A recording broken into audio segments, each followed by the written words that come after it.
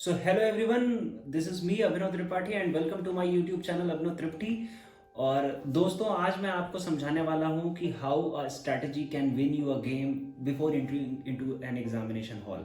ठीक है, तो एग्जामिनेशन हॉल में घुसने के पहले आपको कुछ चीज़ें बहुत ही बारीकी से पता होनी चाहिए एंड दैट इज़ वाई आज की डेट का जो नीट एग्जामिनेशन है, जो कंपटीशन है, वो बहुत ज़्यादा टफ है।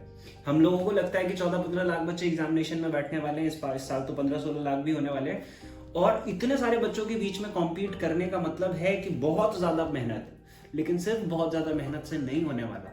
क्योंकि मेहनत तो वो बच्चा भी कर रहा है जो बोर्ड एग्जामिनेशन टॉप कर रहा है, जो स्टेट बोर्ड एग्जामिनेशन टॉप कर रहा है, या जो 2-3 बार का रिपीटर है। बट फिर भी उससे मेन एग्जामिनेशन में वो क्या गलतियां हो जाती हैं, कहते हैं ना, बहुत सारे एजुकेटर्स कहते हैं, बहुत सारे गाइड्स कहते हैं, बहुत सारे अच्छे एक्सपर्ट्स भी ये कहते हैं कि यार ऐसा क्या है कि आप 3 घंटे में नहीं परफॉर्म कर पाए। और उसका एक बहुत ही बेसिक एनालिसिस में आप सभी स्टूडेंट्स के सामने लेकर आए हूँ। आई एम श्योर ये वीडियो उन बच्चों को बहुत ज़्यादा रिलेटफुल लगेगी जो ड्रॉपर्स हैं, क्योंकि वो एक चीज़ को एक बार देख कर आए हैं। और ये बच्चे जो अभी 11th में आए हैं या जो 12th में आए हैं, उनको भी ये बात पता होनी चाहिए कि ऐसा जब वो पहली बार मेन एग्जाम में बैठेंगे तो उनके साथ हो सकता है। सो प्लीज़ इस वीडियो को लास्ट तक देखना और अपने आप को रिलेट करने की कोशिश करना एग्जामिनेशन हॉल वाले माहौल से। तो हम सब बच्चों को फिजिक्स बहुत टफ लगती है, हमें ऐसा लगता है कि फिजिक्स हमारा सिलेक्शन कराएगी, लेकिन मैं आज आपको ये प्रूव करने वाला हूँ कि पहले 50 मिनट के अंदर ही हमारा सिलेक्शन बायोलॉजी रोक देती है।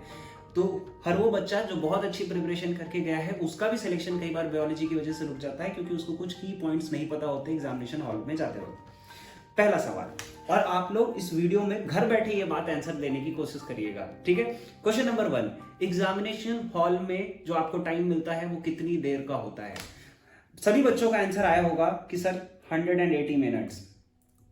ठीक है, बहुत सारे बच्चों ने ये सोचा होगा, जो बहुत ही ज्यादा एक्सपीरियंस्ड है इस एग्जामिनेशन को देने में, नीट को, उनके दिमाग में जरूर ये आंसर आया होगा कि नहीं 180 मिनट तो अनाउंस्ड होते हैं, बट एक्चुअली जो हमें टाइम मिलता है वो 165 मिनट्स ही होता है। यानी हम 15 मिनट के उस क्लस्टर को निकाल दें जिसमें हम अपना फॉर्म भरते हैं, जिसमें हम गोले भरते हैं, और मेन एग्जामिनेशन के अंदर भी जब अपन रीड आउट कर रहे होते हैं और गोले भर रहे होते हैं तो उसमें जो जाने वाला टाइम है उसको अगर हम 15 मिनट निकाल दें तो एक्चुअल हमें 165 मिनट ही लगते हैं, यानी 165 मिनट्स ही मिलते हैं जिसमें हम मेन एग्जामिनेशन के अंदर सब्जेक्ट मैटर के ऊपर दिमाग लगाते हैं। समझ में आई बात?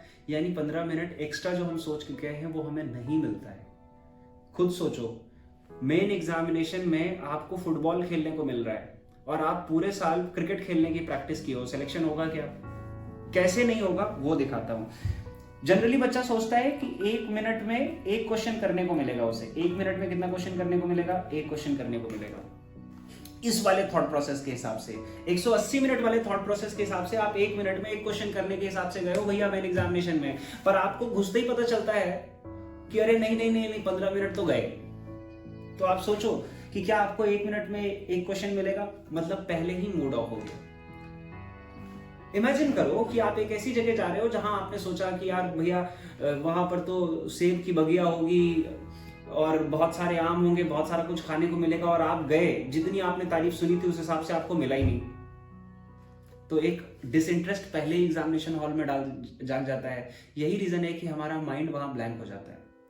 एक दूसरी और बहुत इंपॉर्टेंट बात है जो स्ट्रैटेजी पॉइंट ऑफ व्यू से आपको पता होनी चाहिए, वो ये कि जब आप एग्जामिनेशन हॉल में जाते हैं तो आपको वैसा माहौल नहीं मिलता जैसा आप जनरली देखे होते हैं। जनरली आप टेस्ट देते हो अपने इंस्टीट्यूट में देते हो, अगर ऑफलाइन में हो तो, ऑनलाइन में हो तो घर बैठ के देते हो, आपको बड़ा कूल सा माहौल मिलता है वहाँ पे। लेकिन मेन एग्जामिनेशन में चलो इधर बैठ जाओ, चलो उधर लाइन से लगो, ढंग से पेपर करो, आपके कान, आपके बाल, आपकी हर जगह की चेकिंग होती है। तो जनरली आप एक टेंस्ड माहौल में होते हो। तो आप भी एग्जामिनेशन की प्रिपरेशन करते वक्त एक टेंस्ड माहौल की प्रिपरेशन करके जाइए, क्योंकि जिस चीज़ की आप प्रिपरेशन किए बगैर अगर मेन एग्जामिनेशन में जा रहे हैं और वही चीज़ आपको वहाँ देखने को मिल रही है तो प्रॉब्लम तो होनी लाजमी है।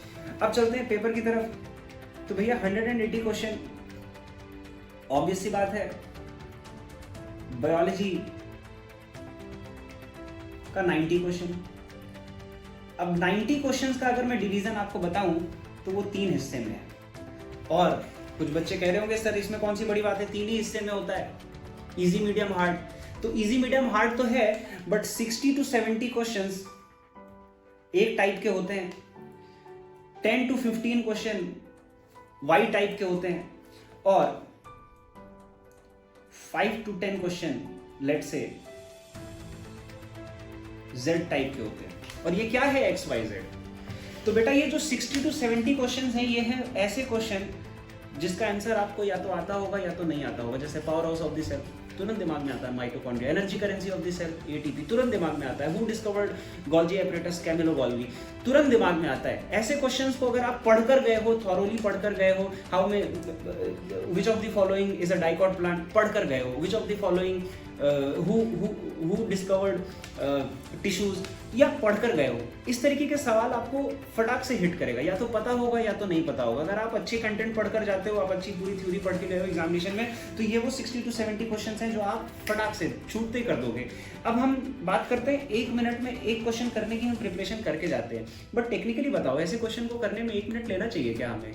विच of the following, sorry, what is power house of the cell, ऐसे क्वेश्चन को करने के लिए 1 मिनट लेना चाहिए क्या? नहीं, ये 5 सेकंड वाले सवाल है। चलो 6 सेकंड ले लिया, 7 सेकंड ले लिया गोला वोला भरने के हिसाब से, सेकंड्स में कैलकुलेशन करनी सीखनी पड़ेगी। ऐसे क्वेश्चंस को करने में आपको ज्यादा टाइम नहीं मिलता है। फिर आते हैं 10 से 15 क्वेश्चंस। ये कैसे होते हैं बायोलॉजी में? ये होते हैं विच of the following statement is correct, which of the following statement is correct. बोले तो इनकरेक्ट भी हो सकता है, कभी ऐसा भी हो सकता है कि यहां पर इनकरेक्ट मेंशन हो, मतलब कि ये है सिंगल स्टेटमेंट वाले सवाल। एक क्वेश्चन होगा, 4 स्टेटमेंट होंगे, उनमें से कोई एक गलत 3 सही, या 3 सही 1 गलत, या 3 गलत 1 सही। मतलब स्टेटमेंट आपके सामने होंगे और आपको उनमें से एक सही या एक गलत ढूंढ के निकालना होगा।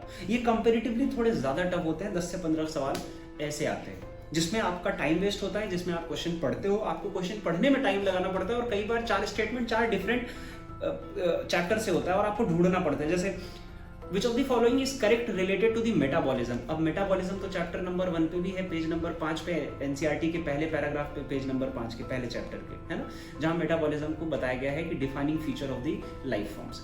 उसके बाद मेटाबॉलिज्म का ही कैटाबॉलिज्म वाला सेगमेंट कि sucrose is broken into the glucose and fructose, page number 263 264 digestive system में भी है। उसके बाद वो एन एम्फीबॉलिक कैटाबॉलिक पाथवे के फॉर्म में भी है, बायोमोलिक्यूल्स में भी है, रेस्पिरेशन इन ह्यूमंस में भी है, रेस्पिरेशन इन प्लांट्स में भी है। अब ये एनसीईआरटी की थ्योरी का भरपूर प्रयोग करता है एग्जामिनर। वो क्या करता है कि एक स्टेटमेंट उठाएगा, उससे रिलेटेड करेक्ट इनकरेक्ट पूछेगा और पूरी एनसीईआरटी की बुक से उठाकर क्वेश्चन को डाल देगा। अब बच्चा स्टेटमेंट पढ़ रहा है, उसे लग रहा है ये तो आउट ऑफ द कॉन्टेक्स्ट है, क्योंकि मेटाबॉलिज्म जहां उसने पढ़ा है या जहां उसे ध्यान है उस जगह पर तो एक ही लाइन लिखी थी, बाकी तो दूसरे चैप्टर्स में लिखी थी। तो बेटा ये दूसरी तरीके की गलती जहां से हो सकती है। इसमें गलतियां क्या होंगी मैं अभी आपको दिखाऊंगा। तीसरे टाइप के सवाल है, बड़ा ही रेड से लिख रहा हूं, डेंजर। यहां होता है how many of the following statement is correct. 10 statement होंगे, कोई 3 सही होगा, 7 गलत होंगे। अब आपको ढूंढ कर निकालना है कि कौन से 3 सही हैं, और उसके बाद क्वेश्चन के ऑप्शंस भी अलग तरीके से होते हैं, वो दिखाता हूं कैसे। अब 3 तरीके के सवाल बनते हैं, ये आपको पता चल गया। अब आप मेन एग्जामिनेशन हॉल में गए, आपके 5-10 मिनट वैसे ही खराब हो चुके हैं। अब आपने क्वेश्चन पढ़ना चालू किया, आपने शुरू किया, ठीक है। आपको पहले 20 क्वेश्चंस में, आपको पहले ही 20 क्वेश्चंस में जो चीज देखने को मिलेगी डियर स्टूडेंट, वो पता है क्या? वो कि ये how many of the following statement वाले क्वेश्चन कम से कम 3 होंगे।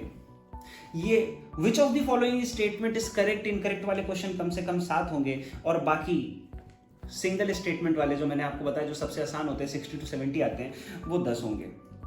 अब आप इनका कैलकुलेशन करिए। ये जो how many of the following वाले हैं, इनको करने में कम से कम लगेगा आपको 5 मिनट, क्योंकि आप जस्ट एग्जामिनेशन हॉल में एंटर किए हो, आपका दिमाग अभी उतना खुला नहीं है। जैसे क्रिकेट मैच में होता है ना, आप अभी जस्ट मैदान में उतरे हो, पहली बॉल से छक्का नहीं मार सकते, और आप क्या करते हो, आप ऐसे क्वेश्चंस को अटेम्प्ट कर लेते हो। अब इस 3 क्वेश्चन को करने में, अगर मान लो एक क्वेश्चन को करने में 5 मिनट लगा, आ गया how many of the followings are dicot plants, और 15 ऑप्शन दिए, आप ढूंढ के निकालो, कम से कम 4-5 मिनट तो लोगे गोला भरने साथ में, ठीक है। तो ये 15 मिनट यहाँ चला गया। इस 7 क्वेश्चंस में ये जो विच ऑफ द फॉलोइंग स्टेटमेंट वाला, चलो 1 मिनट भी लिया तो 7 मिनट इधर चला गया। इसमें भी चलो तकरीबन 1 मिनट लिया, या चलो लेट्स से 20 सेकंड लिया, 30 सेकंड लिया, हाफ मिनट मान लेते हैं आपके लिए, 30 सेकंड लिया, तो 5 मिनट यहाँ खर्च कर दिया आपने। 27 मिनट पहले 20 क्वेश्चंस को लगाने में खर्च किए, प्लस 10-15 मिनट जो वेस्ट हुआ था, वो वेस्ट वाला टाइम भी हम अभी जोड़ लेते हैं। तो देखो कैलकुलेशन देखो, 27 मिनट और 15 minute comes to around 40 to 42 minutes. क्या शानदार टाइम वेस्ट करा दिया एग्जामिनर ने। एक स्टूडेंट जो 2 साल मेडिकल प्रिपरेशन करके आया है, अगर उसके पहले 20 क्वेश्चन में 42 मिनट वेस्ट हो जाते हैं तो आपको लगता है कि आपका सिलेक्शन होगा साहब? नहीं होगा। और कई बार तो ये how many of the following statement वाले क्वेश्चन में पता है क्या होता है, ऑप्शंस ऐसे दिए होते हैं। मान लो 10 स्टेटमेंट्स थे, ठीक है, आपको पता भी चल गया कि 3 स्टेटमेंट करेक्ट है, तो ऑप्शन कैसा आएगा? पहले का दूसरा, दूसरे का तीसरा, तीसरे का चौथा और चौथे का पहला। अब आप एग्जामिनेशन हॉल में बैठे हुए हो, आपको गोला भरना है, आपके दिमाग में आया हाँ तीन स्टेटमेंट सही, और आप 3 को गोला मार देते हो। तो at the end of the day 3 के सामने ऑप्शन क्या था कि 4 स्टेटमेंट इज करेक्ट। कई बार तो एग्जामिनेशन हॉल में ऐसा भी होता है ABC ADC। अब एग्जामिनेशन हॉल में बेटा B और D एक जैसा ही दिखेगा, प्रेशर वाली सिचुएशन। तो सिलेक्शन स्ट्रेटजी से होगा। पढ़ाई तो ऑब्वियस सी बात है, बट सबसे ज्यादा इंपॉर्टेंट है क्या कि आपकी स्ट्रेटजी जो है वो बड़ी साउंड होनी चाहिए, सॉलिड होनी चाहिए। अब इससे बचने का सॉल्यूशन क्या? सर सॉल्यूशन तो बता दो, वीडियो एंड मत कर देना। हाँ, सॉल्यूशन जाना।